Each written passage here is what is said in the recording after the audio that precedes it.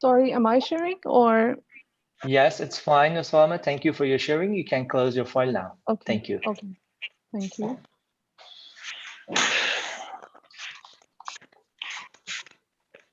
Emily, YouTube is okay. Okay. Okay, Dr. Mehran, can I please request you to share my PowerPoint because I think there's really a technical issue on my end. Yes, Mr. Ali, please could you stop sharing file by Roswa? Yes.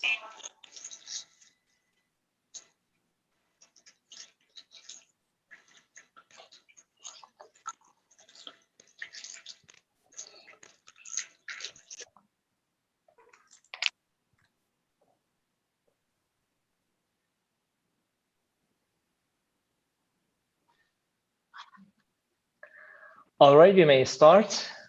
In the name of God, ladies and gentlemen, welcome to third session of third group of International Virtual Conference on Museums 2021. I'm Mehran Nourouzi, member of Association of Iran Museum Experts and Museum Expert at Iran National Museum of Science and Technology. I will moderate this conference for about 2 hours, and I hope we have a great afternoon together.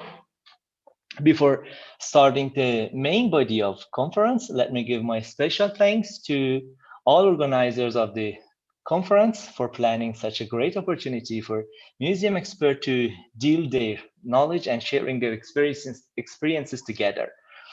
A special thanks to Ms. Izzah Khan and Mr. Akhtar Javid from Pakistan, and also Ms. Maryam Sadat and Mr. Ali Akin from Turkey. And of course, special thanks to Ms. Golnaz Golsabahi, member of Executive Board of International ICOM. Thank you all for joining this conference and preparing such a great opportunity. The topic of this session is role of innovation in the museum's recovery. As you know, recovery of museums mentioned in the IMD 2021 theme, the future of museum, recover and reimagine. So today we will have a welcome speaker at the first, and then a keynote speaker, and also 6 presenters. That one of them is from Pakistan and other 5 are from Iran. Hereby, I have to give my warm welcome and a special thanks again to all of you for your participating in this conference. Now let's start. Ms. Fatima Ahmadi, as the welcome speaker, begins the session officially. She is museum expert in Medical University Museum. She is also board member of ICOM-Pak International Committee of ICOM, and also executive member of Association of Iran Museum Experts at AIME. Mr. Fatima Ahmadi, if you are ready, there you are. Good afternoon, everybody. Do you have my voice? Yes, it's fine. You may start. Thank you.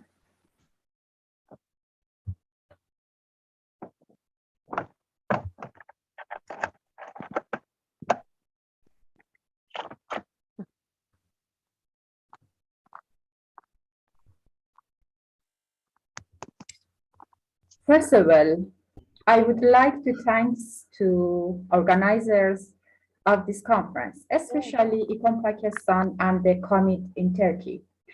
I would also like to thank my dear friend and colleague, Ms. Golsabahi, Executive Board Member of ICOM, who had a very important role as the coordinator between the Association of Iran Museum Experts, AIME, and ICOM-Pak.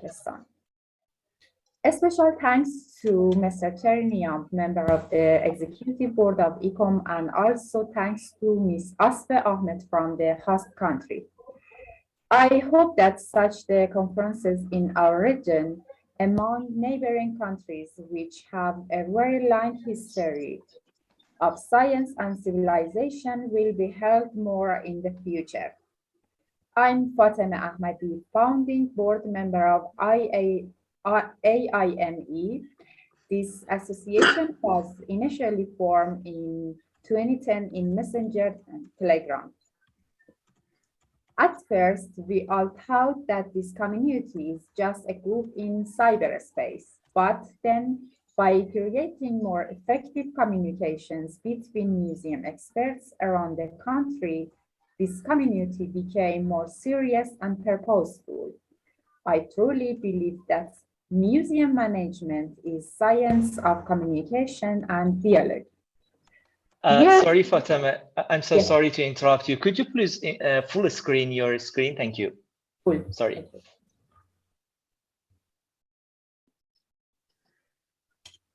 Years before COVID-19 pandemic, 9 discussions were held in group on a variety of topics, including lighting in museums, museum graphics, media and museums, museums and children, and many other topics that are fully recorded.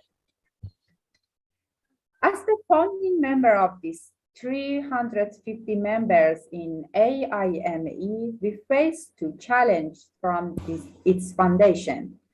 These challenges became more critical by coronavirus outbreak. Number one, demands and problems of the museum experts trade union, which were partially solved by the association in the form of identifying the problems and referring them to the high-level official, the Ministry of Cultural Heritage. And number two, before the coronavirus outbreak, it was necessary for the association to publish its scientific outputs, which had been prepared by the members in different fields. Regarding the virtual publish of all these contents, the association played an important role during COVID-19 pandemic. Farhang Muze publications are as follows: 25 issues of Farhang Muze magazine, 26 podcasts titled Radio Museum, 18 museum chats, that mean live talk shows on museum experts, 18 live visits of museums on Instagram, 7 museum and children programs, 13 specialized meetings with the subject of the university museum, gathering more than 50 short texts with the title of Museum for Hope, designing safety guidelines for museum visit during COVID-19 pandemic.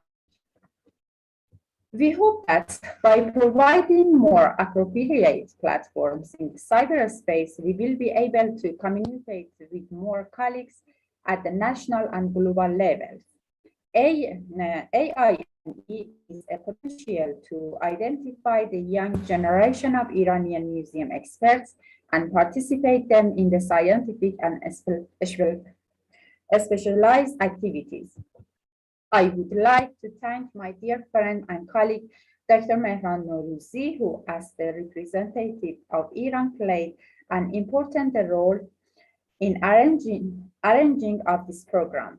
I also wish luck for all museum experts and speakers in all groups of this conference. Finally, I hope that young Iranian museum experts would participate more in such scientific conferences, because the continuation of this way that was started 10 years ago by a small number of them depends entirely on their active participations. Thank you. Thank you, Ms. Fatima Ahmadi, for all your information and your speech, especially for activities organized by Association of Iran Museum Experts during the COVID especially. Now let's listen to our keynote speaker, Mr. Therese Niam from Zambia. Mr. Niam is Vice President of International Council of Museums, ICOM, and the topic of his speech today is ICOM as a partner in fostering museum innovation in times of COVID. We are very pleased to have him as keynote speaker today. And again, I want to give my special thanks for sharing this afternoon with us, maybe morning in Zambia. We all are at your service, and the floor is yours, Mr. Teriniam. There you are. Thank you. First, I must start by saying Salam Haleshoma Chatore to everyone.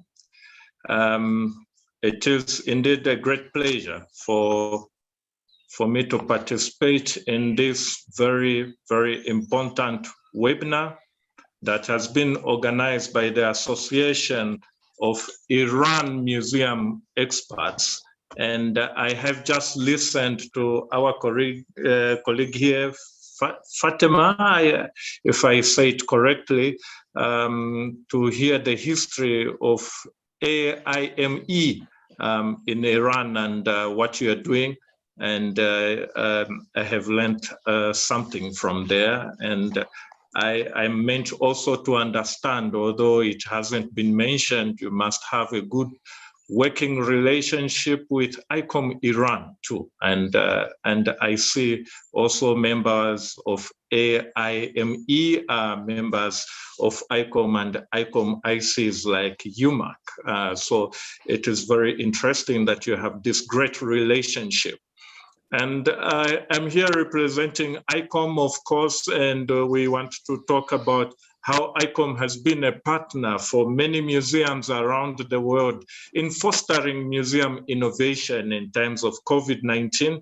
I must first start by saying that we're living in unprecedented times and experiencing unprecedented challenges as museums and museum professionals around the world.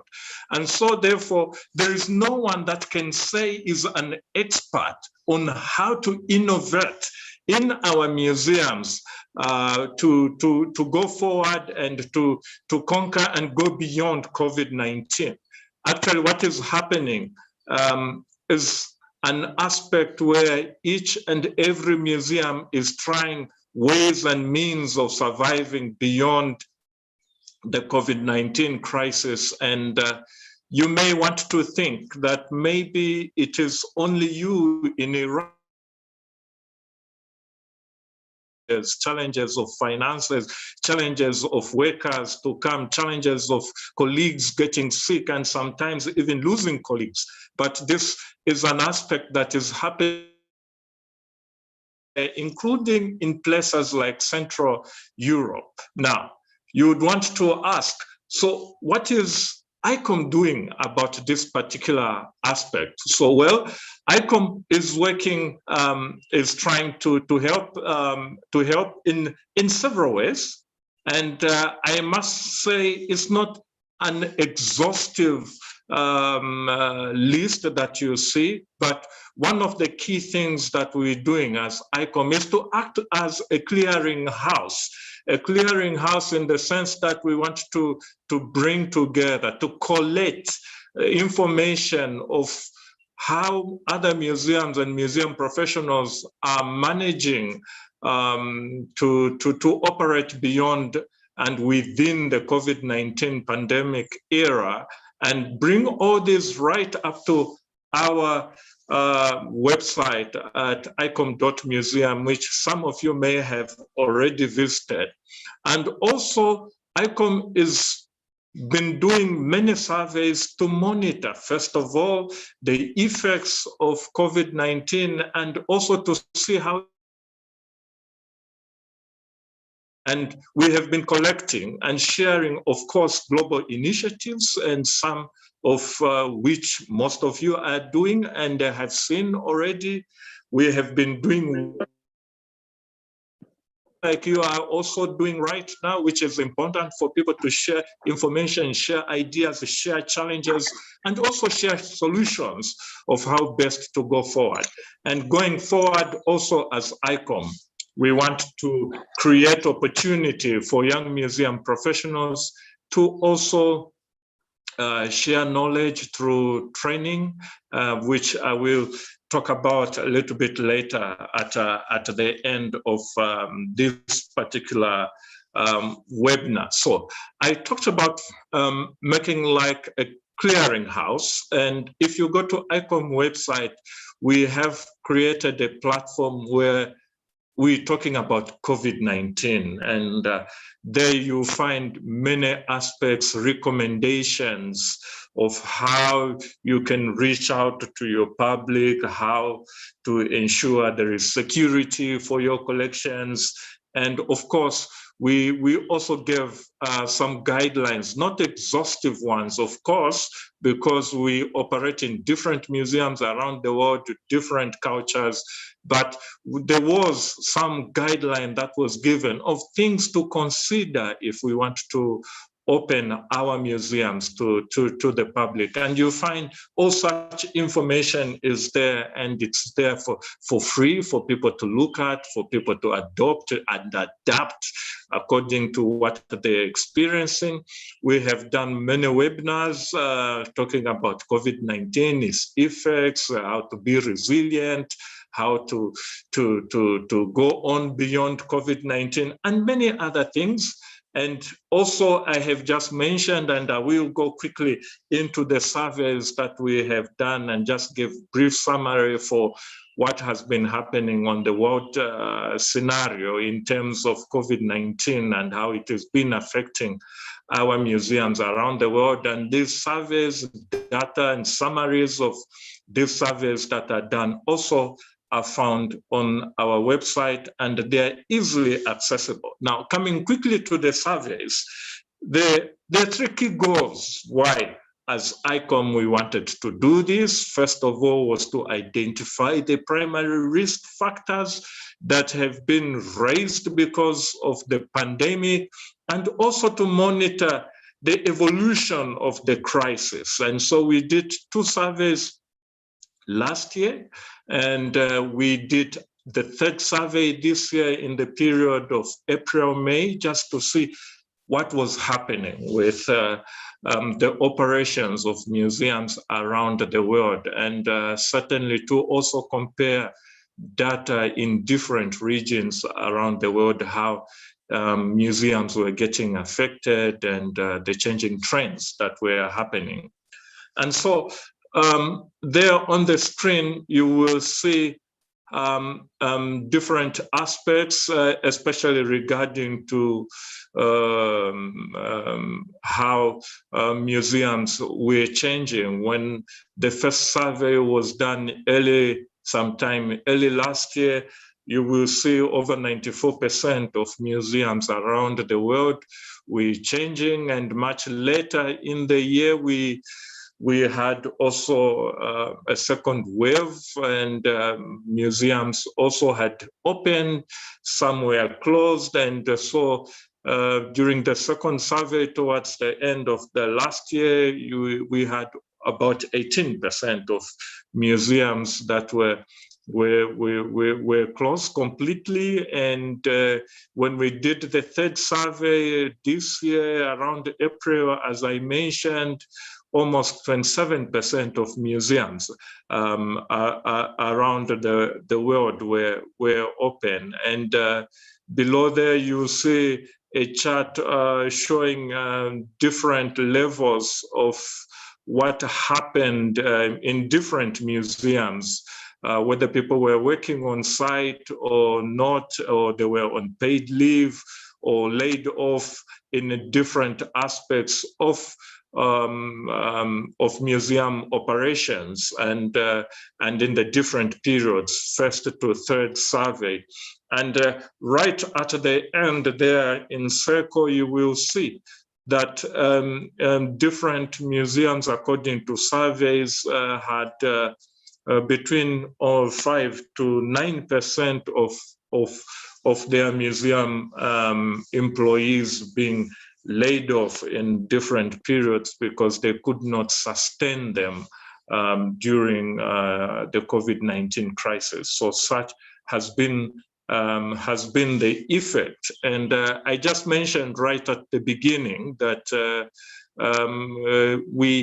we as museums have experienced a decline, especially in financial resources, because maybe governments that sponsor could not give money to the museum to operate because they have to look at other pressing social aspects such as health and many other aspects. And so museums have had to look for monies elsewhere. For some of them, I don't know what the situation has been in Iraq, but in Iran, and according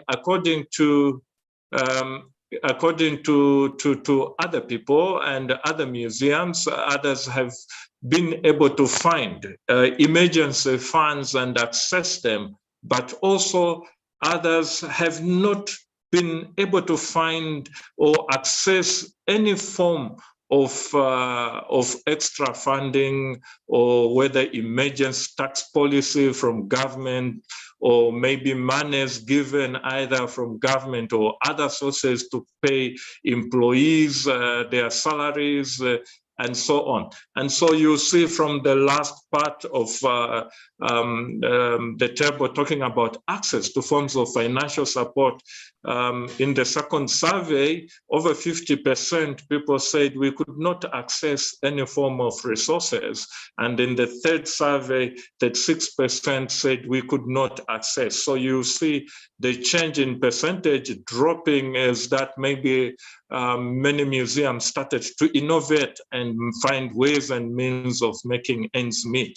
But you can see by and large, many museums around the world have gotten affected by the aspect of not having enough resources for them to operate. So there you see also during the third survey from April to May 2029, institutions were asked if they had developed other new ways of generating income for their institution. And from the third survey, others developed online shops, as you can see, and they expanded the scope of raising resources in such as renting out spaces, thinking of making virtual tours, paid virtual tours of their museums or special exhibitions, thinking of how they can increase paid online learning programs for museum professionals or something like this to raise resources and tap into things like crowdfunding. So these are some of the things that other museums have been thinking as ways of innovating for them to survive as museums. And here, one of the interesting aspects is that in the second and the third survey, museums did mention that they were rethinking about their digital strategy and what it was coming to. And you can see from the chart below of the third survey that over 50% now had already started rethinking of their digital strategy and rethinking of retraining their staff so that they can learn more about digital offerings, and so that they can offer their communities much more and engage them much more on the digital platform, because people can no longer come to the museum, they can no longer come and see what is there, and so you as museums have to innovate to see how do we reach out to our communities. And there was a question also asked in the second and third survey, what people perceived would be the threat of museums going forward. The museums in the second and the third survey worrying about the reopening of museums, and as people got used in getting into the third survey, you see the threat of thinking that museum will not reopen started to reduce. But there is also a concern by museum professionals and museums thinking that there will be inability to pay staff salaries because there will not be enough resources. And so you can see from there in the third survey, over 30% were thinking like that. And if they think like that, 30% is almost a third of museums around the world. And that is a thing that certainly is worrying, and almost between 35 to 40% worry about losing contact with the local community going forward. And also that is a cause of worry for many museums. And us as museums, we live on engaging the communities that we serve. I always say, if a museum cannot reach out to the community, cannot be relevant to the community, then it does not achieve its purpose of why it is there. And so if there is a worry that goes almost to 30–40% of losing community contact, then that is a cause of worry. And so also, there have been many fears of from the people within the museum circles, thinking people will fear coming, even if we open to return to the museum. They fear crowded spaces. They fear for their health, that maybe there's not enough hygiene and sanitization, and that they will not come and visit our museum. There will be certainly a drop of international visitors, and this is everywhere. We have seen less and less of international visitors coming because of lockdowns. People keep going into second, third, others are going into fourth or fifth waves because of COVID-19. And so you want to think then, what do we do? How do we engage our community? And as ICOM, we wanted to share some steps to just think about. Again, I don't want to say this as cast in stone and that this is exactly what we must all do, but it's just a thing that we must think about. First, as museums, we think of the safety and well-being of our colleagues and workers, co-workers that we have in the museum. We need to take time to think about also their safety, their health. We're living in and operating in unprecedented times, as I mentioned, and not everyone, as we set the standards, can be and operate within those specifics that we set. And so we have to be paying attention about this, and then also think about the safety of the people that are going to come and visit our museum. And it is also important also for us to rethink of the things that we do best. I already said that we are a museum from different parts of the world, different cultures. Even within Iran, the museums are very different from the way we operate. The Science Museum will operate very different from the museum that is dealing with cultural heritage to the museum that deals with artworks. And so the different things that we do best, and we have to seek alternatives of how to do these things. How do we get what we do best out there to the communities? Rethink how we do things, revisit our traditional ways of doing things if they can work. Think of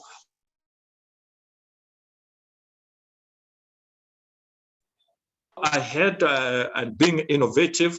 Let us also think how that are in the society, changing societies. It is very easy for us to forget what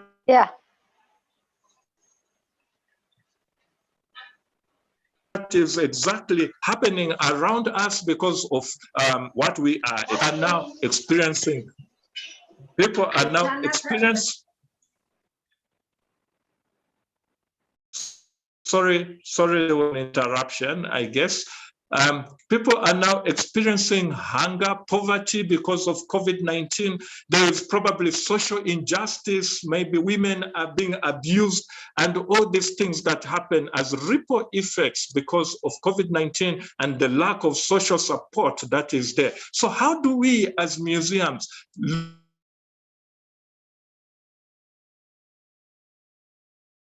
changing aspects in society? Where can we tap as museum professionals? So we have to think of all these things and tap into and be of help to the societies that we live in. But also we have to remember we are not alone that are experiencing these things. Everyone is experiencing this thing of COVID-19 pandemic. There is a saying that everyone's funeral is no funeral at all. So we are not alone. Let us stay strong as museums and as museum professionals. Let us revisit the past and see how things were done. Is there anything that we can learn from the past that we can use in our museums? Let us think, even though we are experiencing this, we are museums. We are considered the cultural lighthouse of the communities that we live in.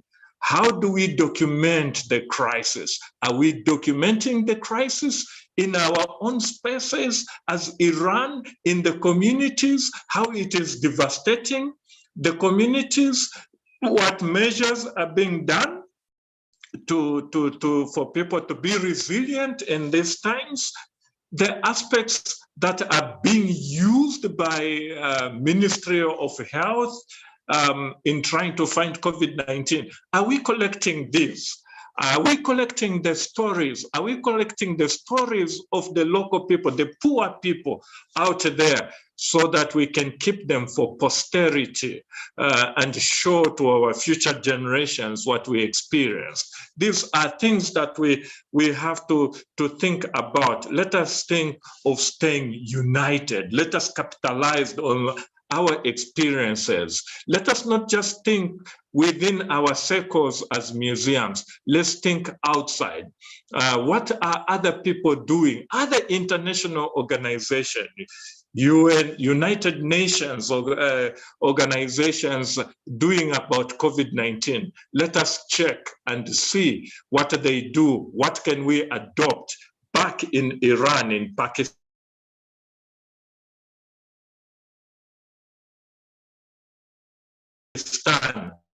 where we are? There is a lot very, very important. So we want to think about this. Then we're talking about innovations of what we must do. Consider putting collections online. In many years, many curators thought it wasn't important to put collections online. People feared, oh, well, if we put collections online, then we're advertising, we're encouraging people to come and steal and things like that. Those are fears that curators now are starting to overcome, because when you put collections online, you are attracting and inviting people to come to the museum and visit more. How is that so? You put your collections online and you put associated activities. Organize virtual tours. Many tools are there. There are many experts all over.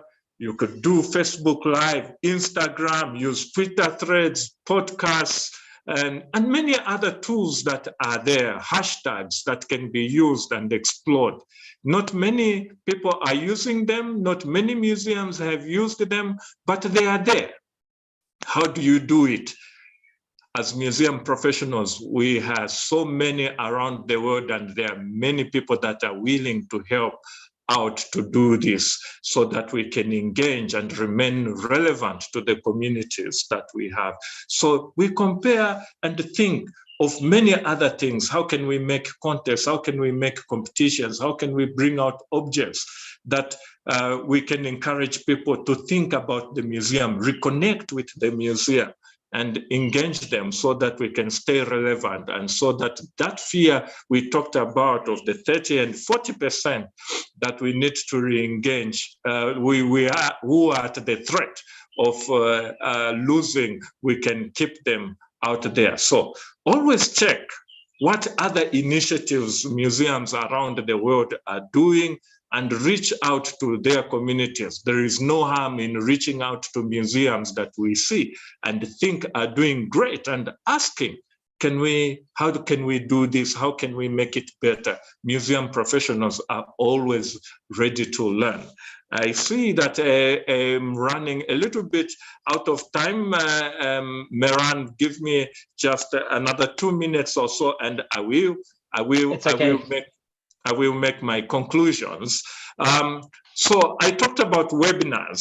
So since the inception of COVID-19 sometime last year, ICOM has run different webinars with different topic or issues that were meant to give support to the museum network. And we talked about digital transformations, how we can recover and recreate, and how do we do emergency management for museums, and for the 4 different webinars that we have done, some of whose recordings you can find on the website.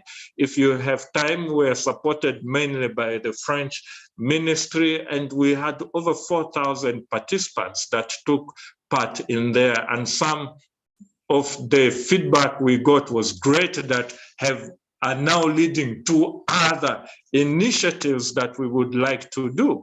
And here I quickly want to talk about ICOM-MOOC, and this is the massive open online courses that we want to introduce, and we're introducing this much later in the year. And MOOC is an online platform that we want to deal with one digital company called FutureLearn that offers this massive or open online courses. And we have designed already a course that we want to talk about inclusive museum practices and creating meaningful and inclusive museum practices. And the digital content has already been developed. And of course, it is mainly in English.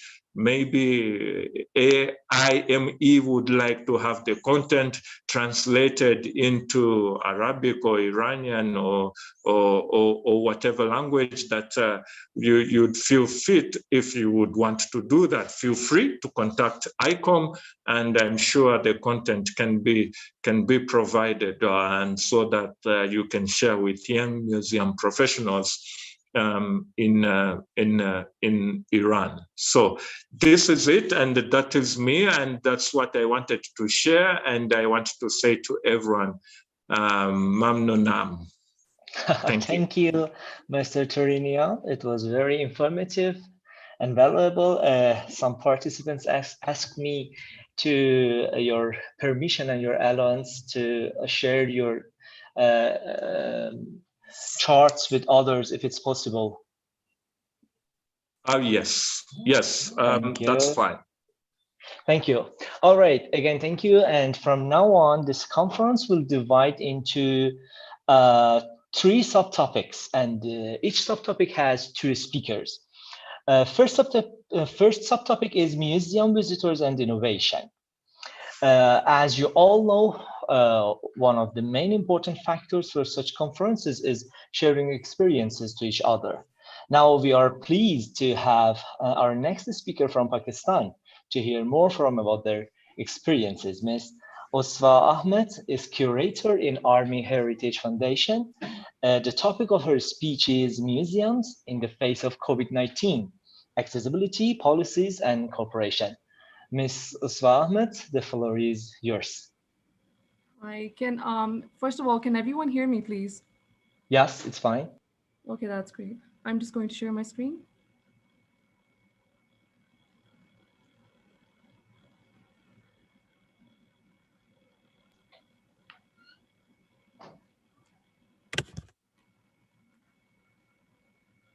Great, you may start. Is the presentation visible to everyone? Yes, thank you. Okay, thank you. So hi, everyone. I'm Uswa Ahmed. And first of all, thank you to Mr. Terry Niambe, Vice President of ICOM, Ms. Fatma Ahmadi, and Dr. Mehran Narozi. Also, thank you to ICOM Pakistan and the Association of Iran Museum Experts for organizing this conference. So I work as a curator at the Army Heritage Foundation, which was established in 1999 as a self-financing organization under the patronage of the Chief of Army Staff of Pakistan. The foundation oversees the Ayub National Park, which consists of gardens, lakes, an amusement park, a zoo, and a museum. The park has been developed with the aim to promote family culture and provide recreational facilities and a healthy atmosphere to the general public, especially youth and children.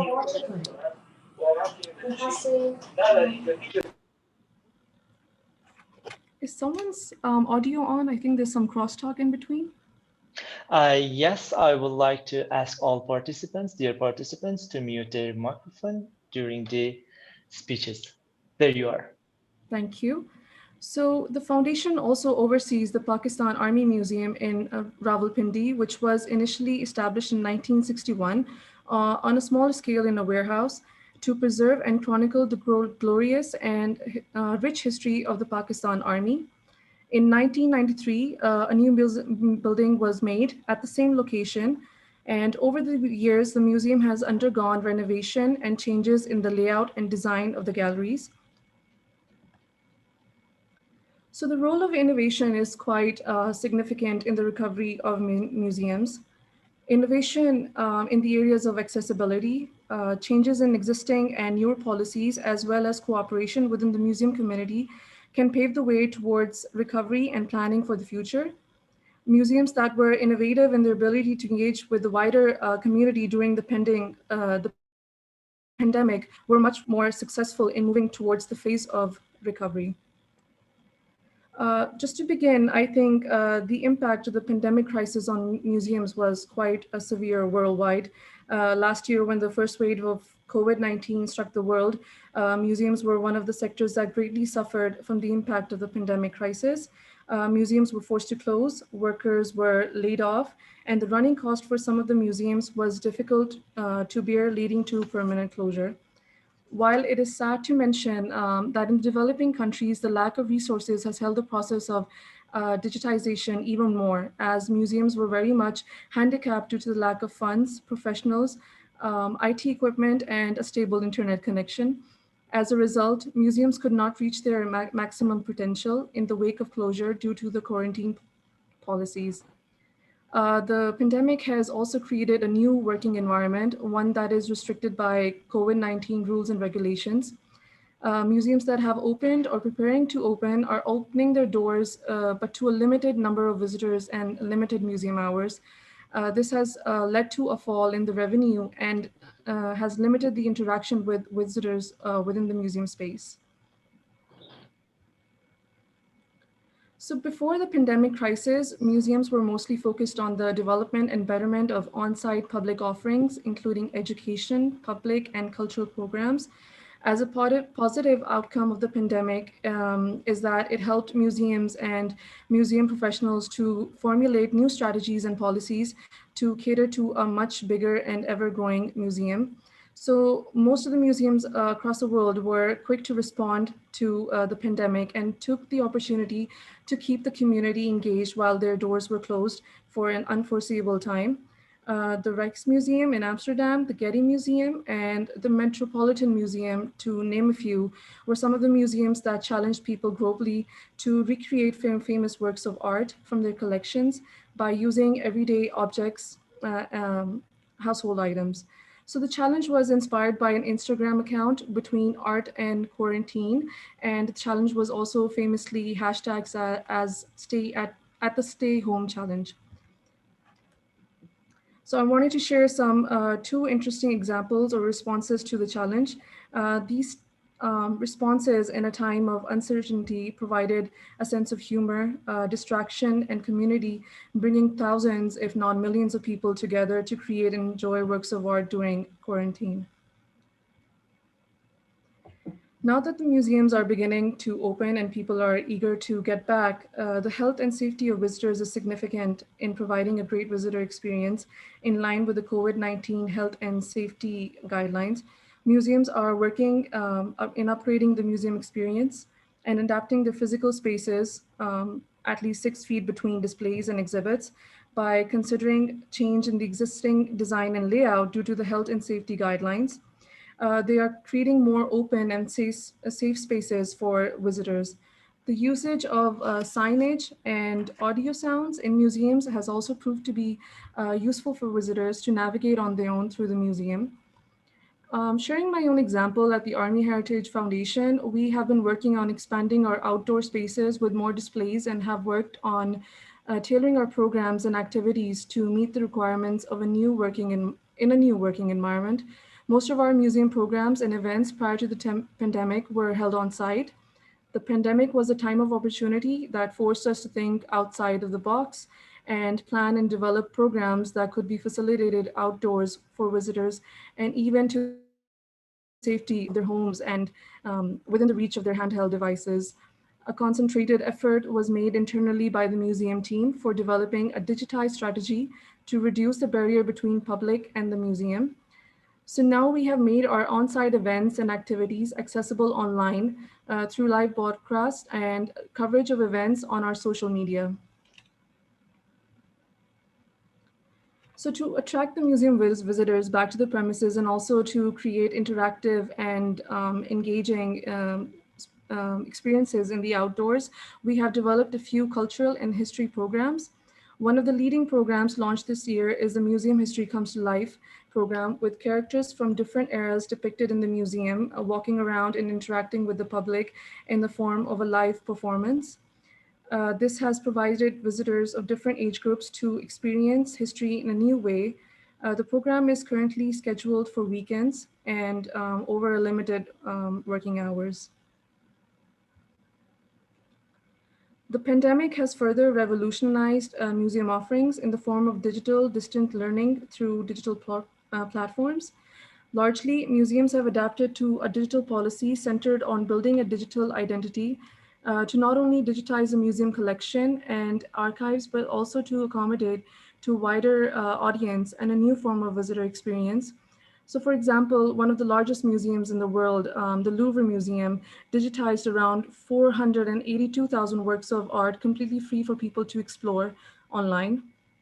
The pandemic has led to restrictions in hands-on learning experiences by limiting touch and multi-sensory experiences in galleries and exhibits, which was once an integral part of the museum experience. So this is a screenshot of our homepage of the museum website that we recently worked on. We have recently updated and renovated our website with a few innovations, including there's a tab on previous and current event details, detailed descriptions and images of museum galleries and exhibits, and a visitor feedback form and a map for directions on the contacts page. We have also launched a 360 virtual tour earlier this year, which can be accessed through the website. It allows visitors to the museum website to navigate through the museum and experience the museum displays, both indoors and outdoors, as well as the historical galleries that display the history of Pakistan Army from 1947 till now. Adaptation of inclusive and sustainable innovative policies is required for museums recovering from the impacts of the pandemic. These policies should be centered around the missions, the aims, and the purpose of the museum, and also the needs of the community that include awareness about the pandemic, educational programs, as well as entertainment. This requires taking lead from existing museum policies. The development of on-site and public programs should also be part of the said policies. Due to a new working environment, I think museum staff should be trained in different areas of work. Training in line with the COVID health and safety guidelines should also be provided if it's not already implemented in museum spaces, which includes managing visitors in a new operating environment, encouraging social distancing, keeping public spaces well ventilated, using face masks and hand sanitizers. And these measures should be regularly monitored and reviewed by the museum management. There also needs to be a plan in place for closing down efficiently if a situation arises again. Continuing collections care and management during and post-COVID, especially with staff working remotely. I mean, during the pandemic, there was a lot of working from home, so we need to be able to manage the museum staff. The development of a digital policy is also significant as it will help the museum in developing and maintaining its digital policy. The use of digital tools such as a museum website, virtual tours, and social media can support online education and learning. Measures to support the training of staff remotely should also be part of the digital policy to enhance their skills and bring forward positive change in the museum and function of the museum. And as Mr. Terry said earlier on, that it's all about visiting the past. So reevaluating and revisiting existing museum policies is, I think, the way forward. Cooperation can be developed internally within the museum through its various departments and externally with its partners. Although through building cooperation within the museum community through organizations like the ICOM is very beneficial through its national and international committees. In this scenario, ICOM played a very leading role in organizing online conferences and webinars for museum and museum professionals across the world, and to not only support museums suffering from the impact of the pandemic crisis, but also bringing together the museum community to exchange ideas and plans of museum recovery. Financial support from the government and local authorities can also develop the role of museums further, leading the way to new ideas and innovative measures. A cultural policy should be developed on a national level to protect and ensure the survival of museums, encourage and support their activities, and respond to the needs and concerns of the society, especially their function in the creative and tourism sectors.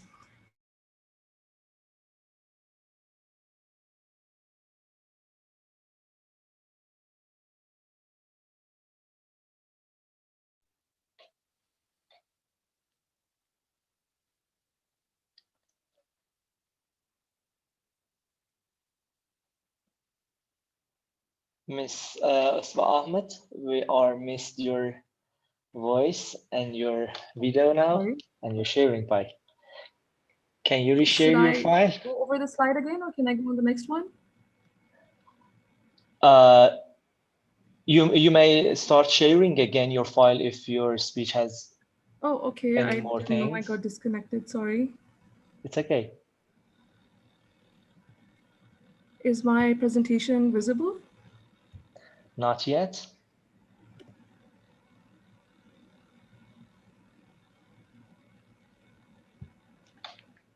Okay, please hold on a second.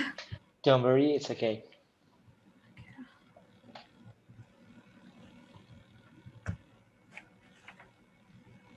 I think we're back. Is it visible? Yes, right now. Just please make it full screen and continue. Should I Thank go you. over the slide again, or?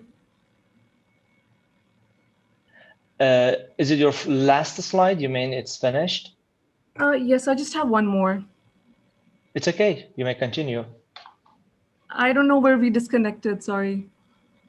Cooperation slide. Okay, the cooperation slide, thank you. Yeah. So cooperation can be developed internally within the museum through its various departments and externally with its partners. Through building cooperation within the museum community through organizations like ICOM, with its international committees. In this scenario, I think ICOM played a leading role in organizing online conferences and webinars for museums and museum professionals across the world to not only support museums suffering from the impact of the pandemic crisis, but also bringing together the museum community to exchange ideas and plans of museum recovery. Financial support from the government and local authorities can help develop the museums further, leading the way to new innovative ideas and measures. A cultural policy on a national level to protect and ensure the survival of museums is significant, to encourage and support their activities and to respond to the needs and concerns of the community as well, especially their function in the creative and tourism industries. Collaboration and co-creation between museums and with the community is important to remove barriers to access to collections and learning, such as today's conference, which is another example that has enabled us to share experiences and challenges and also bring forward a sense of community and unity in a time of crisis and recovery. And lastly, just some points as a way forward for museums. Museums, the ICOM can play a positive role in capacity building, which it already is doing, but highlighting some specific areas, especially due to COVID, are the field of IT, preservation, archiving, and reaching out to the museum community, a global community that is growing. ICOM can also work to ensure cooperation, training, and interaction, but also introduce policies for developing countries and where funding is limited. The continuity of such online conferences and webinars should be ensured on a regular basis, especially the museums of developing countries and those with lesser funding opportunities. So that's it for me. Thank you very much, and sorry for being disconnected again. It was fantastic. Thank you, Isma, Ahmed, for sharing this afternoon with us. And thank you all dear participants. As we are monitoring statistics, today participants are eye-catching, and I would like to give my thanks for your participating. Next speaker is Ms. Zahra Habibizad.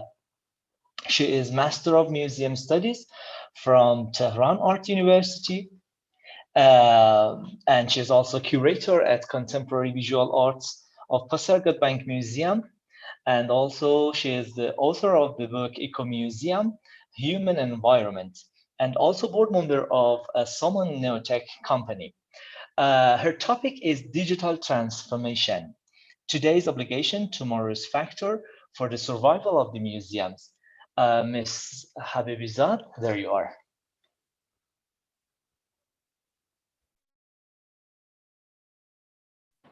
Thank you so much, Mehran Nanzi, and hello everyone. I don't know if you see my file. And not your file, your picture is perfect, but your voice is not clear enough. Could you please speak about louder? Okay. And start sharing your file, please. Okay. Yes, just make it full screen and then start. Thank you.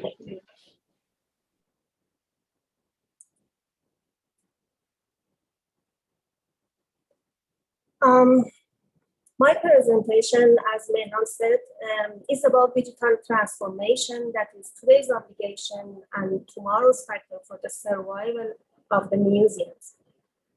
This concern what society would be the future society, as with all cultural institutes, there is also for museums. Museums do not work out of time and place. They discuss choosing wisely and using methods and techniques that help them achieve their extensive social goals and needs. Today, we expect a museum to be not a temple dedicated to the past, but a living institution that looks ahead, able to stimulate and participation and the creativity of its audience on every level. The aim of the museum should be becoming important for society, being an inspiring place where the production of new meaning is stimulated.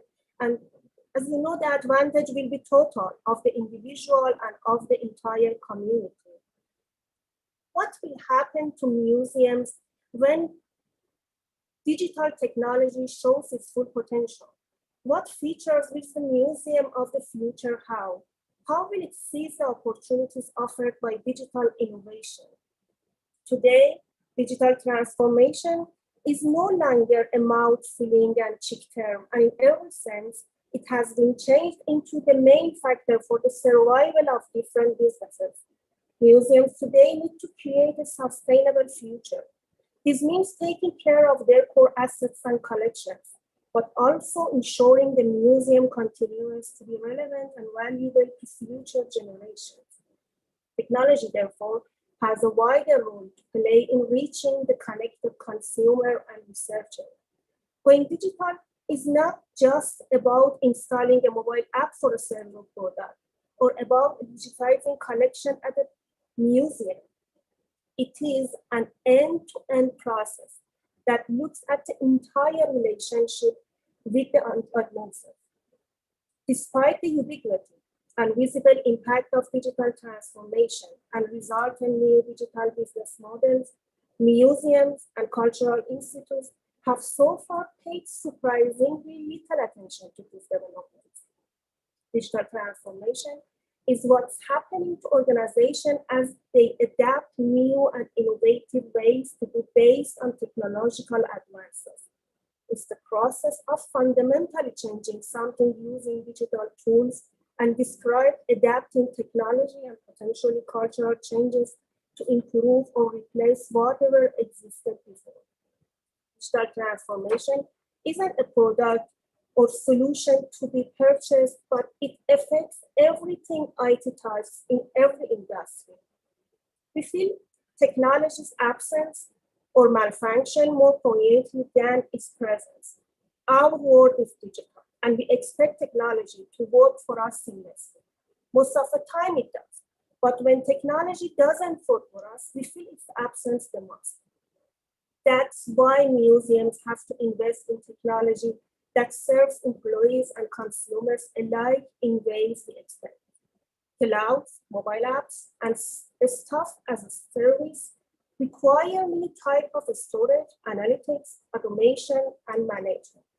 Coping with the coronavirus during the last year has accelerated this transformation and made museums enter a new era. Coronavirus has obliged museums or will oblige museums to keep pace with digital transformation. As I mentioned, digital transformation of museums doesn't mean just visual tools, Instagram live videos, and using social media for attracting the audience, or creating websites, online stores using sites, Twitter, Facebook, and YouTube.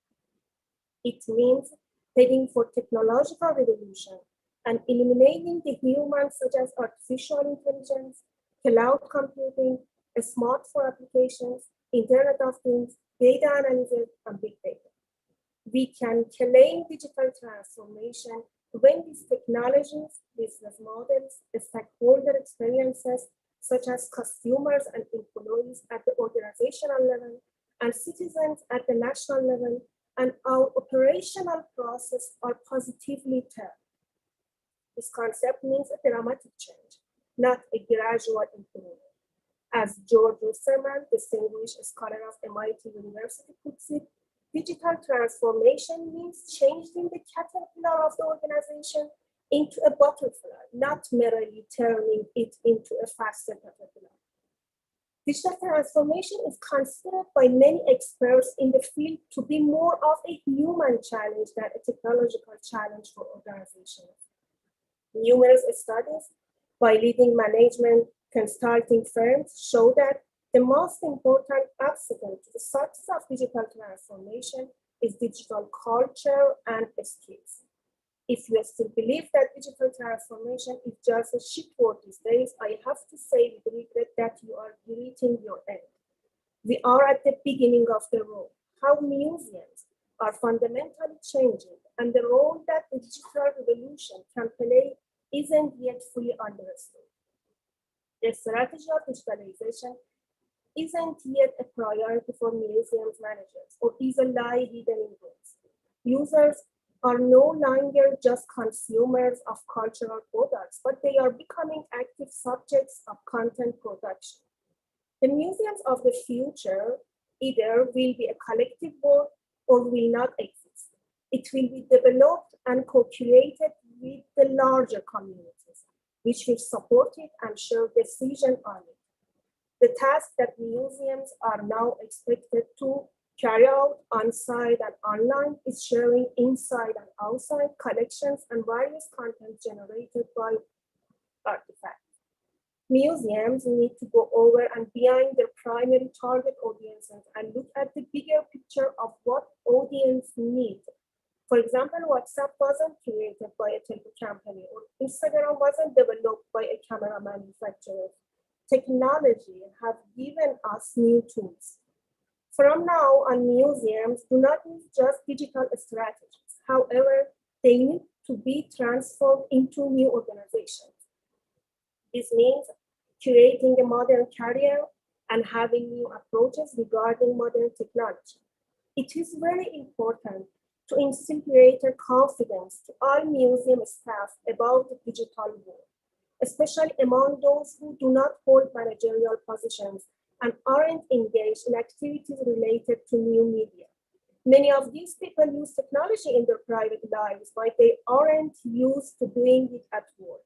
For this reason, they should be encouraged through workshops, training, multidisciplinary, and interdepartmental activities.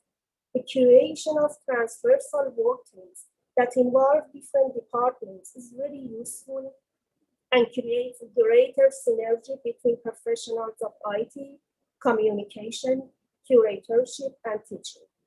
Staff training should be also encouraged through the content sharing of best practices both inside and outside the museum.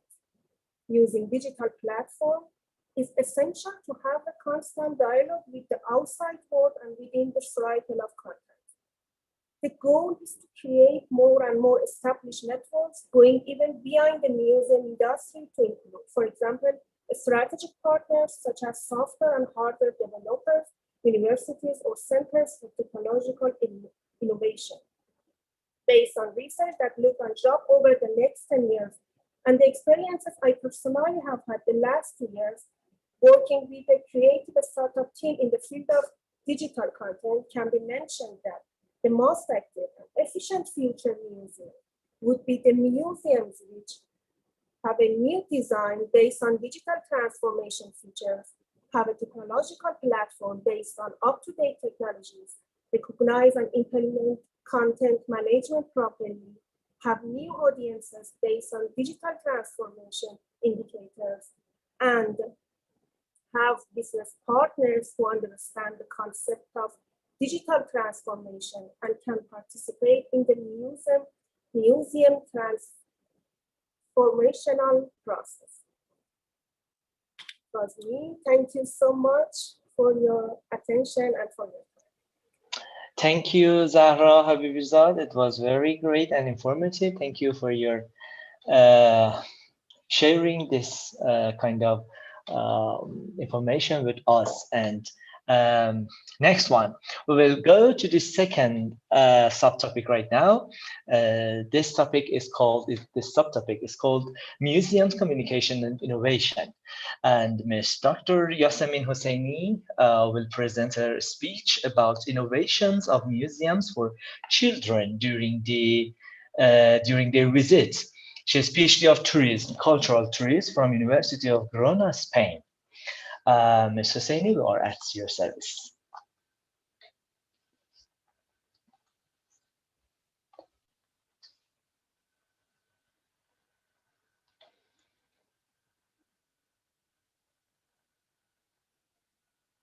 Your microphone is muted.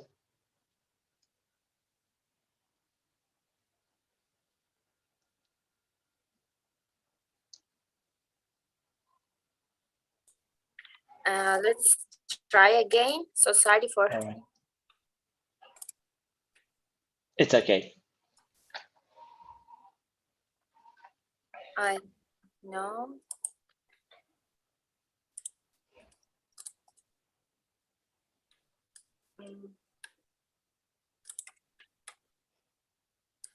I don't know why it doesn't work.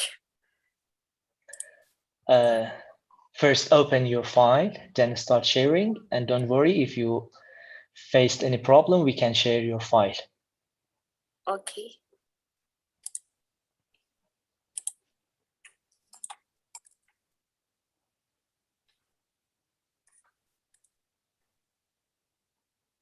Yes, is it okay? Yes, it's fine. You may start right now. Yeah. Thank you. Hello, everyone. I would like, first of all, to thank the organizer of this conference. It's my pleasure to participate in this event. Let me start by saying, the slide. As you can see on the screen, what I would like to present to you today is innovation of museums for children. By the end of this talk, you will be familiar with the importance of considering young audiences as visitors for museums. I will focus on the topic because it could affect on children audiences' satisfaction and also could encourage them to visit or revisit museums. There are three main groups for understanding better the topic. These three groups are innovation of museum for children during their visit for learning and discovering cultures, children criteria over visiting museums, and service quality factors. For this part, I have used some of the result of my PhD thesis. And the third one is social and cultural influences in shaping society. All these factors must be considered in order to provide innovation in museums. I have to mention that in this article, I'm talking about primary school students as visitors of museums. In this regard, it's necessary to be familiar with the following concepts. Childhood is a term that exists in everyday language, which ordinary people can understand and is everywhere in nature. This state is often mentioned by writers, narrated by celebrities, and is regarded as a nature part of life. And yet, with all of its importance, the study of children and museums or tourism in many scholarly texts offers few discussions. Elementary school children as audiences have trouble dealing with the past because their understanding of time period is incomplete. Since many museum programs and collections require an understanding of the contents of historical period, and since most children have not got this understanding work out yet, they make the most amazing connection between things that have no relationship. For this reason, children feel a sense of powerlessness in museum. And also it's good to consider, unlike other age groups, they are rarely in museum but by their own choice. However, most museums today recognize the need to segment their markets. Museums should be able to predict children's desires by splitting the population into constituent groups that share similar features in common. It enables museums to focus resources and effort on the market segments that are most appropriate for meeting the museum's aim and objectives. The last category is social and cultural factors that have influence on the satisfaction of visitors, which includes communities, children, museums. I'm going to provide more details in the following.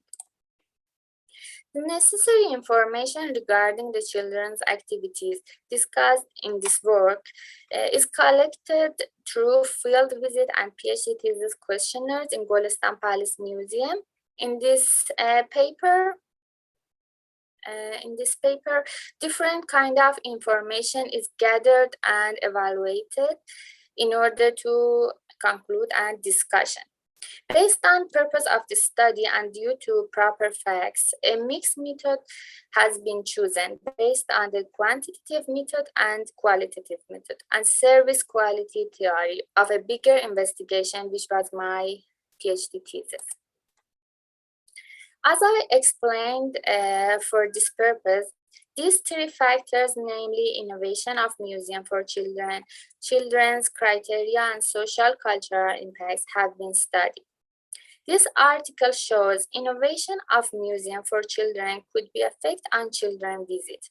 About children criteria over visiting museum, the satisfaction of children over their visit is not dependent on service quality factors. And social and cultural influences, I have to say it means providing appropriate base for children is definitely effective to our future generation. It should be noted museum innovation encourages museum to critically reflect upon current practices and adopt new approaches to their civic responsibilities. Museum innovation explores the role of contemporary museum in society. Today, museums evaluate their practices more rigorously than ever before and seek innovation in fulfilling civic responsibility. Whether the innovation is new technology or improved technology, business model or service, museums are becoming more and more social, cultural, ecological, and political. In recent years, innovation has become a topic of significant interest among museums and has dominated the discussion in many museum conferences, workshops, and seminars. This probably because innovation, if applied correctly, can help museums achieve their organizational mission more effectively and efficiently.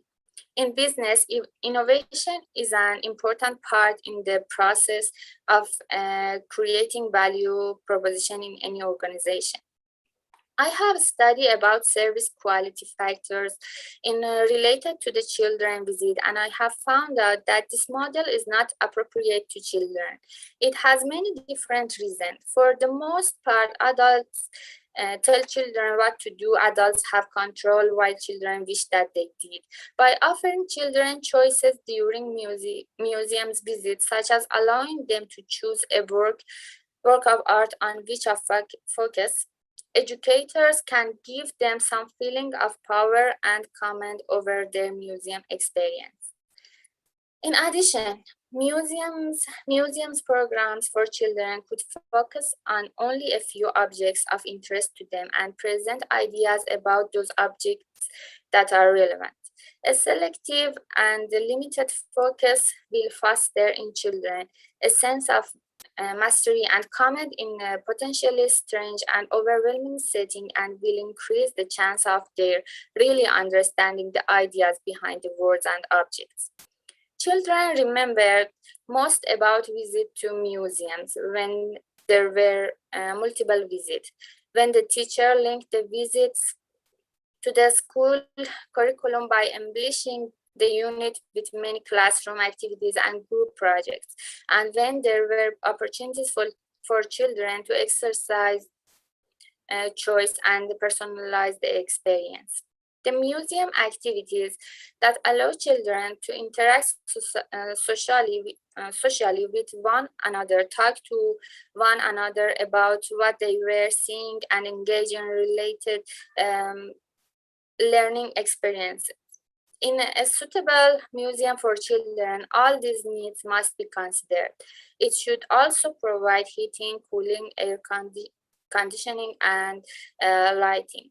According to my studies and experiences about visiting museums by children, I have noted that there were many common issues facing museums in relation to young children's satisfaction.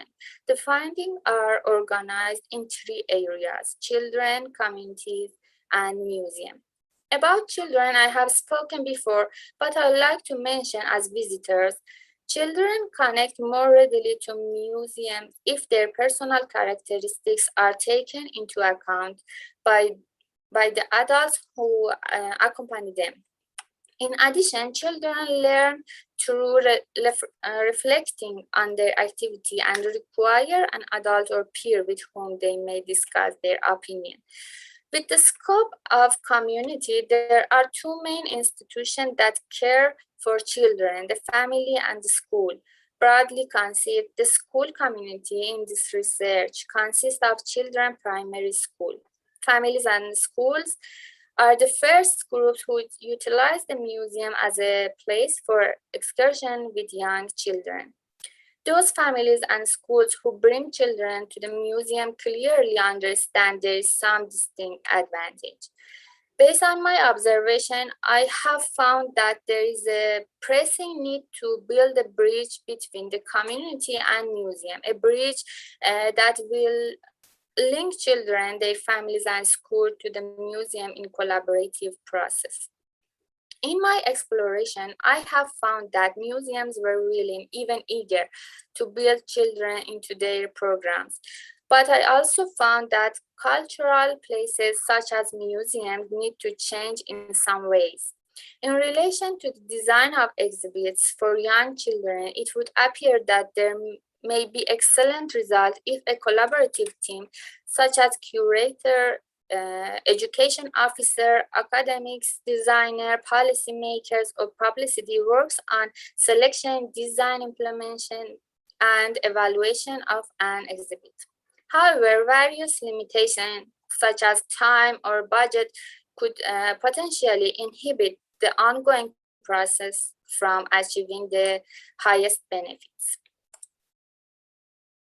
And finally, the result of this paper could help museum marketers to better understand the children's needs in museums, and also it's becoming more essential for museum managers to distinguish the factors that will increase and enhance the number of visitors such as children. It could be helpful for school to educate teachers and ask them about interacting with children before visiting a museum to prepare proper view for children. And finally, before I finish, let me just say something from Socrates, which said, education is the kindling of a flame, not the filling of a vessel. Thank you for listening. Thank you so much, Dr. Yasamin Hosseini, for your presentation. Kids are most important category of museum visitors, and it was really worthy to hear about museum innovation for kids visit. Now I want to introduce our next speaker, whom I'm really pleased to have him here. Dr. Mustafa Dehpahlavan is professor at Tehran University. He is also director of Archaeology Institute of Tehran University. The role of university museums in improving archaeology is the topic of his research. I have to mention that Tehran University, with more than 7 university museums, has the main research focus on university museums in Iran. And Dr. Dehpahlavan and his colleagues recently hosted a great, huge conference about university museums. And I'm sure his presentation today will be very interesting for all of us. Dr. Dehpahlavan, the floor is yours.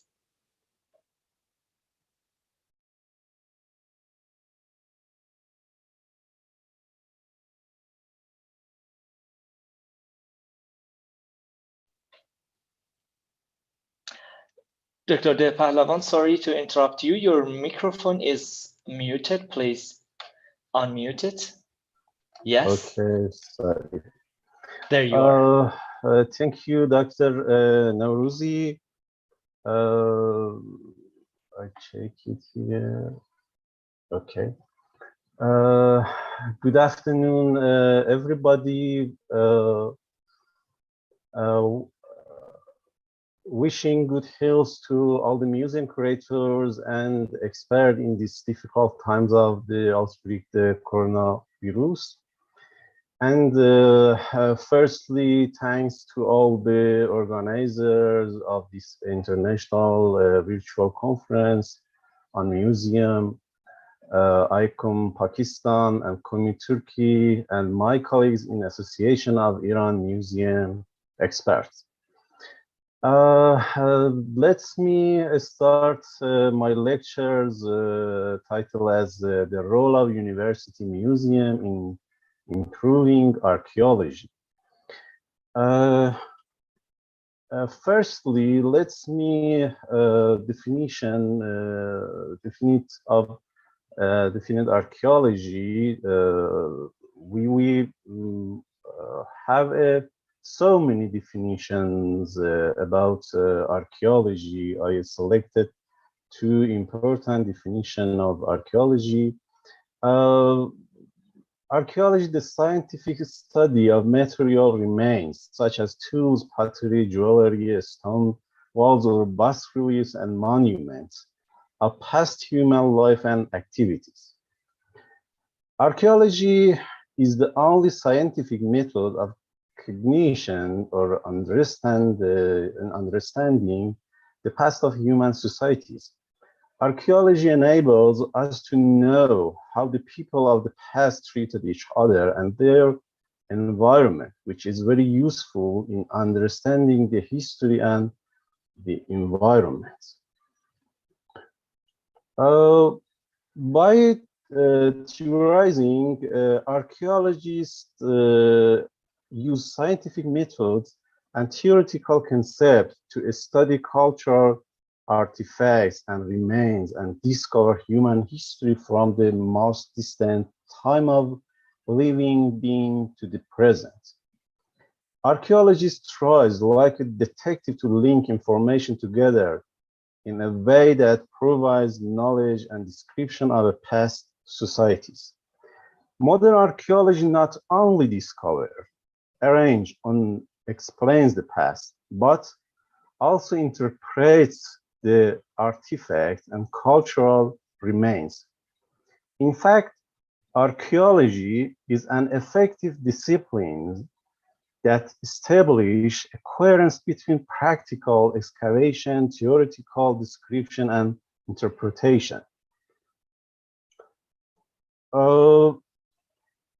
In recent years, the study of the lifestyle past people has become the main goals of archaeology, a multifaceted effort in various fields in order to reconstruct the pattern of subsistence based on the study of animals' bones, charred seeds, and other findings from excavations.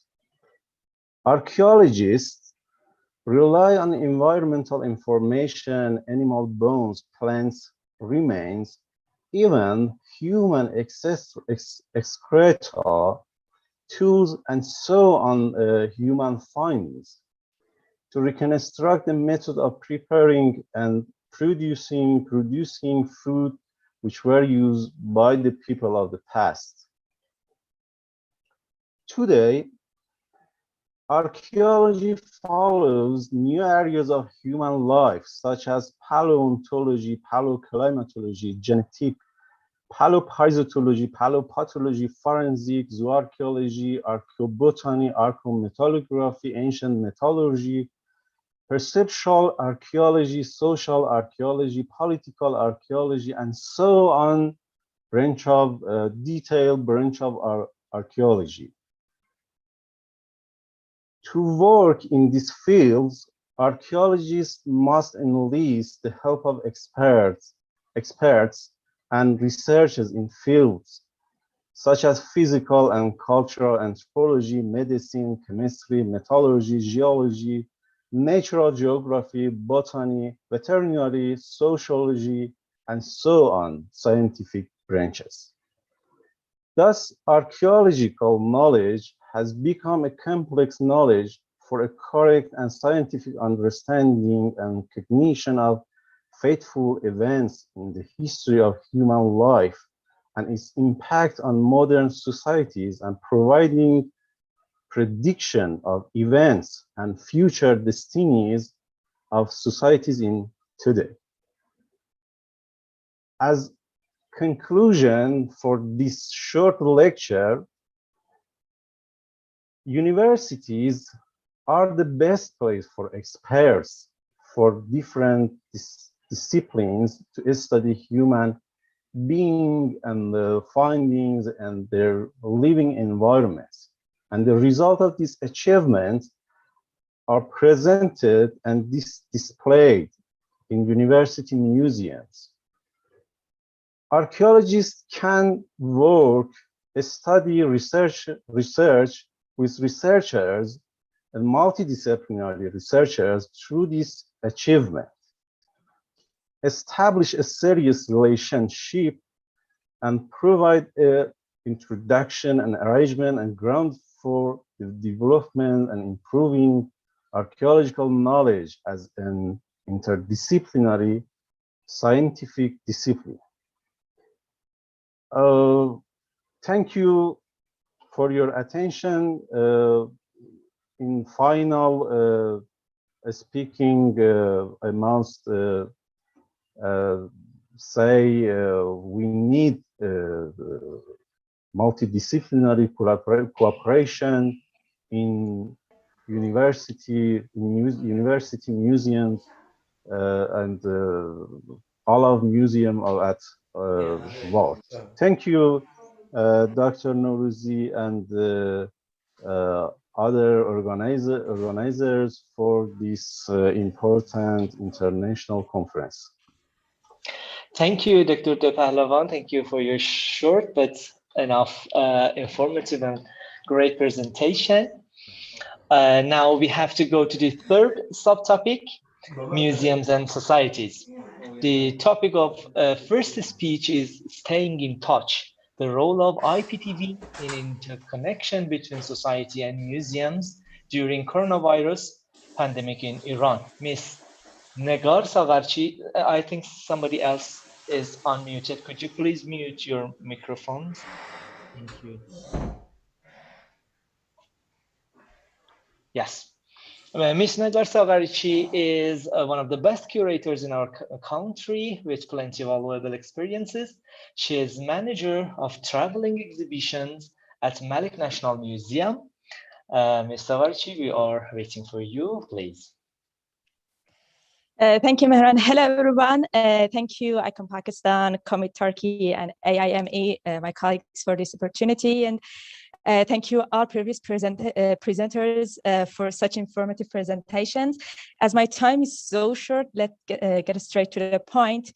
The outbreak of the COVID-19 and the closure of museums around the world was a social disaster, actually. For Iranian museums, it was a serious threat. It was at the third week of February 2020 that the government announced the outbreak, and a week later, the quarantine began. This time of the year is so crucial for Iranian museums because it is so close to Nowruz, the Iranian national New Year, a national holiday. And during this time, Iranian museums actually have received their most visitors in comparison with the other time of the year. Another point which made this situation threatening for Iranian museums was after the revolution in 1979 in Iran and after the war between Iran and Iraq in 1989, Iranian museums put a lot of efforts to reconnect with their audiences. And suddenly they saw themselves on the edge of this connection again. So acting urgently was actually so vital for them. The Alliance of Iranian Museums Against COVID-19 was gathered, and by the support of the Ministry of Communication, museums were able to use some of the latest features of technology. Which were these features? ITVs, IPTVs, and IGTVs. Let's first see what are these features, and then we're going to get to the cases, and I will introduce the two cases that we experienced in Iran. ITV is a platform based on a global internet, which images of TV networks are viewed on the web by computer, which this computer is connected to the internet. IPTV, or Internet Protocol TV, is an intranet platform, actually. And that is an internal or privately owned network that uses internet protocols, especially web technology, to organize the networks. IGTV, which most of us know that, is an Instagram medium, which is like an internet TV known as IGTV. And this feature is beside live streaming and TV services that this app contains. I'd like to give us a brief history about these internet TVs. Actually, ITV, for the first time in 1994, ABC News of the America became the first TV program to air on the internet using video conference software. IPTV first appeared in 1995 by Judith Strine, later Cisco Company, acquired it in 1998, and finally Kingston Company actually offered IPTV services on ADSL line that we now use it. And IGTV, the feature of the Instagram, introduced in June 2018. Why these features are so popular? They have some main reasons. It's easy to access to them first, and they have better quality in comparison with other features for sharing photos and videos. And it's easy to select among them and search through them over the time. We can use it alone, or we can use it with our families and enjoy with them. And also, we can access to them by smartphones, tablets, computers, laptops. So it's really easy to actually reach to them. Now that we became familiar with these technologies, I'd like to share our experiences in Iran about working with these features. I have two cases to introduce. Actually, case number one is as I said, it was 2 weeks before Nowruz, and we were at the edge of disconnection. The Alliance of Iranian Museums actually gathered together and against the outbreak of COVID-19, and they started a campaign with one simple hashtag: visit museums at home. This hashtag, actually, museums started designing some posters, and campaign also had its own poster. These posters with the hashtag widespread quickly through the Instagram, Facebook, Twitter, and museums' web pages and other social medias, and 13 museums, alongside with ICOM Iran, became the host of an ITV show, and each year one museum had only 1 hour from 4 p.m. to 5 p.m.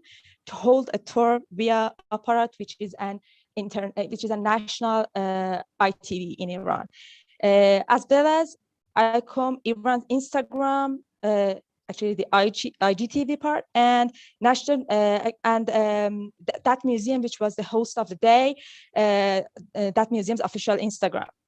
The program began with National Museum of Iran, which was the most viewed program during the 13 days. And it was at the first day of the spring, at the beginning of Nowruz, the beginning of holidays. And it ended with the National Museum of Science and Technology on the 13th days of holiday. People showed a lot of attention to the program when we think that it was more than our expectations, because we only advertised the program for 2 weeks, and this new technology helped us to connect with our audiences so fast. It is so popular in IPTVs, ITVs, and IGTVs are so popular among younger generation, but unfortunately, other generations are not that familiar with these features, at least not at the time that we hold the program. Yet the general attention was quite acceptable when we think generally about every aspect of the program. There were some challenges and some benefits for museums, as you may see.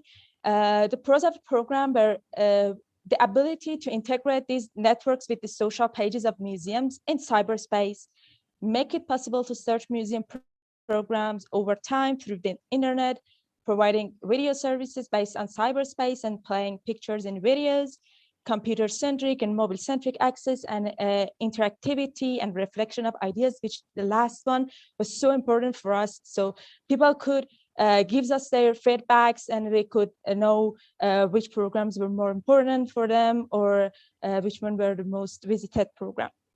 The cons of the program: hard access to the custodian of IPTVs. Actually, we were so lucky that we had the Museum of Communication among us, because this museum could connect us with the Ministry of Communication, and we could reach the program so fast. But maybe not in other cases. Low internet speed in Iran. We experienced it in most of the countries of the region. Lack of sufficient and robust infrastructure in museums to connect to the internet. Most of our museums have really thick walls, so thin walls, so we couldn't receive the internet signal easily. Legal disorder of IPTVs, time-consuming and overly strict monitoring of broadcasting programs produced by museums was really killing us. Information censorship, website filtering. So there were all the problems that we experienced. After analyzing the outcomes and the surveys, as you may see at a bar chart, Statistics showed that big size museums like National Museum of Iran, Neavaram Palace, Golestan Palace, Sarab Palace, where their spaces and their gardens are eye-capturing, saw a decreasing number of visitors via ITVs in comparison with in-site visits, because people enjoyed to be at the atmosphere of these museums. In contrary, for small-sized museums, the situation was quite opposite. Actually, we saw an increasing number of visits, which were so amazing for us. That was the first case. Let's get to the second case. Malik Museum holds a religious festival each year. Before the pandemic, Malik Museum had held a festival inside of the museum's walls. But after the outbreak and the experience of the first case, Malik's Museum decided to share this festival with other museums that either have the Islamic art collection like Malik Museum, or shaped based on a private collection as well as Malik. So the Tiva Malik Museum, who produce IGTV programs alongside with the Tiva ITV, IPTV, Aparat ITV, and Emiras IPTV, which belongs to the Ministry of Communication and Cultural Heritage together, travel to those museums and air the festival live through the internet, through the internet ITVs.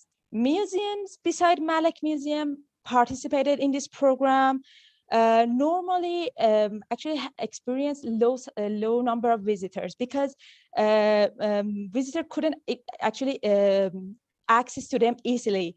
Some of them belongs to the holy shrine of an Imam of Shias, which have strict rules for visiting. Some of them are so private collections and unknown collections.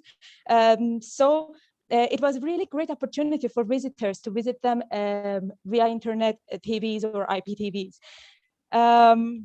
Actually, although the museum experienced the same cons and pros, just like the previous case, the number of IPTVs, ITVs, and IGTVs participated in the second case were more, and the program was broadcasted 2 times a day, despite the first case, which was once a day. Once from 11 to 12 a.m. and again from 4 to 5 p.m. During the morning, the team were located in Malik Museum, and during the evening, they went to other museums. The difference between the first case and the second one was that the concept, the context, and the conductor of the program were more organized. And during the second case, as the pie chart shows, we could see that through which of these actually features people visited the program the most. Tiva IPTV was the most visited, and after that, Malik Museum's official Instagram, the IGTV of Malik Museum. Actually, we couldn't compare the number of visitors with previous festivals before the outbreak of COVID-19, because even before the pandemic, Malik Museum had been designed its program via registration, which low number of visitors, because visitors could visit behind the scene of this of Malik Museum. Actually, they could visit the treasuries, the conservation department, registration department, which they were so curious about them. And this ITV or IPTV program let more people, more visitors to visit these parts of the museum that they are so curious about. To conclude, statistics showed that ITVs, IPTVs, and IGTVs were sort of the lifesaver of museums of Iran, and helped them to survive during the pandemic and stay in touch with their audiences, because the live stream programs offered by the museums wouldn't have sufficed. And these 2 cases were the beginning of a path that Museum of Iran, ICOM Iran, ICOM-CC of Iran seriously continued during the pandemic up until now. And these features of technology are still the safest way we can be in touch with our audiences interactively, which is so important for us. I really hope that we could be able to be our audiences hosts again inside of our museums soon again, especially school children, university students who bring life to our museums. Thank you all for your attention. And again, thank you, Dr. Norzi. Thank you, dear Nagar. We all hope to see our visitors again in museums. And thank you from Malik Museum for your valuable experiences for sharing us. Here is, I see in the participants, the Mr. Reza Dabiri-Nejad, one of the most famous personalities in the world of museums in our country. He is joining us here from the beginning today. Thank you for joining us. He is the manager of Malik Museum, and Nagar is his colleague. All right, last but not least, our final presentation by Dr. Samere Pourmoradian. She is PhD of Tourism Management from University of Salzburg in Austria. The topic of Dr. Pourmoradian's speech is Promotion of Intercultural Communication via Museums by E-Learning and E-Services under impact of COVID-19. I'm sure this issue is the best topic we could have for last presentation today. And Dr. Pourmoradian, the floor is yours. Thank you so much. First, I want to share my screen. Yes, please. Can you see my screen? Yes, just please make it full screen and then start. Thank you. Yes. Everything is okay? Yes. Good afternoon, everyone. Welcome to International Virtual Museums Conference. I'm really very happy being at this event. It is great pleasure for me and my colleague to represent our research in this conference. I want to thank Dr. Norzi, Mrs. Ahmadi, and also dear Terry. Our research is about promotion of intercultural communication via museums, e-learning and e-services. At the pandemic time,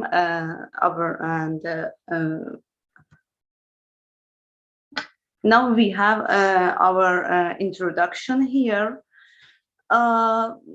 I wanted to say that the tighter limits, the more eager travelers. So what needs the world after welcoming this nice virus? I mean, I think that the world needs more communication because at the pandemic time, the pandemic period, we lost our real communication. So we need to find the base of communication. Today, I will speak about e-services regarding promotion of intercultural communication via museums. All of us know that we lost our normal lifestyle after COVID-19, and we find the new lifestyle after COVID-19 again. Adjusting behaviors need movement, particularly during quarantine periods. So what is the modern society? Nowadays, we introduce the modern society as a mobile society. Using virtual steps, increase people's interest for working with e-services. I mean, both sides, the client and also the suppliers. So the museums are one of the most important tangible assets of tourism industry, as everyone knows. Even they are a central core of each cultural society. So if we start changing from the core, we can provide and develop it more and more, reaching primary layers.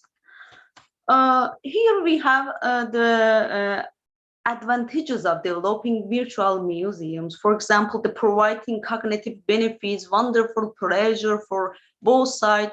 Also, we have beneficial for marketing, finance, and social issues.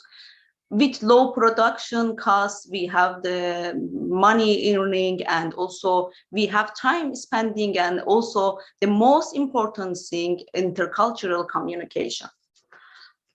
Our hypothesis is during COVID-19 quarantine, museums are dynamically developing intercultural communication by virtual walk services. So our methodology in this research is focused on 8 factors, as you see, which are the most important factors of virtual walking. Our survey was conducted in 2021 January in Iran. 13 digital tours were examined at this research, and the model of this research and this survey follows Gutowski model, which is established at 2020. As you see, we have 8 factors. And also the 3 museums of city Tehran were investigated at this research. For example, National Museum of Iran Teacher, Tehran Peace Museums, and Chime Museums, and Niavaran Palace, and so on. Here we have the result of this research. As you see, we have 8 factors and also 13 museums here, and also the score of these museums. Because of the short time, I can pass these statistic results, and we can speak about our conclusion. According to the result, national museums, Malik Museums, and Time and Golestan Palace Museums achieved the best contribution on virtual tours during the pandemic. So what is the good contribution? What is the elements of the good contribution? We can say to have panoramas, 3D photos, narrations, and voice aid, best quality videos, good connection, and also additional noise and videos and musics, flexible visiting time, and multi-language support. And at the other hand, other digital materials. Now, our story is slowly coming to an end. We want to speak about our conclusion. As you know, digital museums are one of the e-services with their most outstanding features being a virtual tour. Okay, our hypothesis offered in this study is accepted, and this study can have contribution significantly on tourism research, beneficial for decision makers and also for stakeholders in future development of virtual tourist industry. The primary goal of encouraging the development of e-services is achieving variable economic and social gains not limited to money.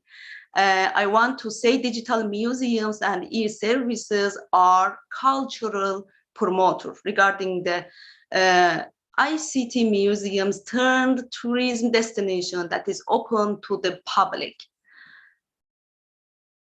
So during the coronavirus and pandemic, cultural and intercultural communication faced a problem, as we know, and on the other hand, the tighter limit, the more eager travelers. So forced relaxation allows additional internet surfing time. For example, taking advantages of this situation, expanding offering from the museums and gaining, for example, money for training center, because they can have online training courses for both sides. I mean the museum staffs and also for the clients. The last part is a suggestion of this survey for new tourist attractions model. We can develop new tourist attraction model, developing new ideas related to virtual museums, and also developing novel concept of marketing to attract tourists, and also active partnership between museums and tourist organizations. Thank you so much. Comments are welcome. You can connect with me with this ways, my email, my Instagram, and also my LinkedIn. Thank you so much for listening my presentation. It was great pleasure for me and my colleague Navide Raufat for attending this conference. Thank you so much. Dr. Norouzi, Mrs. Ahmadi, and also dear Terry.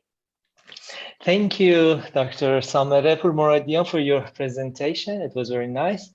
And your attention to e-learning and e-services was very thoughtful. Dear audiences, this is the end of presentations. And before finishing, I would like to give my special thanks to all my colleagues in this conference who helped me to organize this event today. All your researchers, thank you all for your cooperation and valuable speeches. Last part is question and answers. If any question is here, we can start, and anyone who is attended to speak can open his microphone and ask his question. And I have to mention that tomorrow is the last session by our Turkish friends. Hereby, I would like to invite you all to join us tomorrow on last session of Group 3. Ms. Izzahan, Ms. Mariam Sadat, and Mr. Ali, we are at your service. Thank you. Sorry.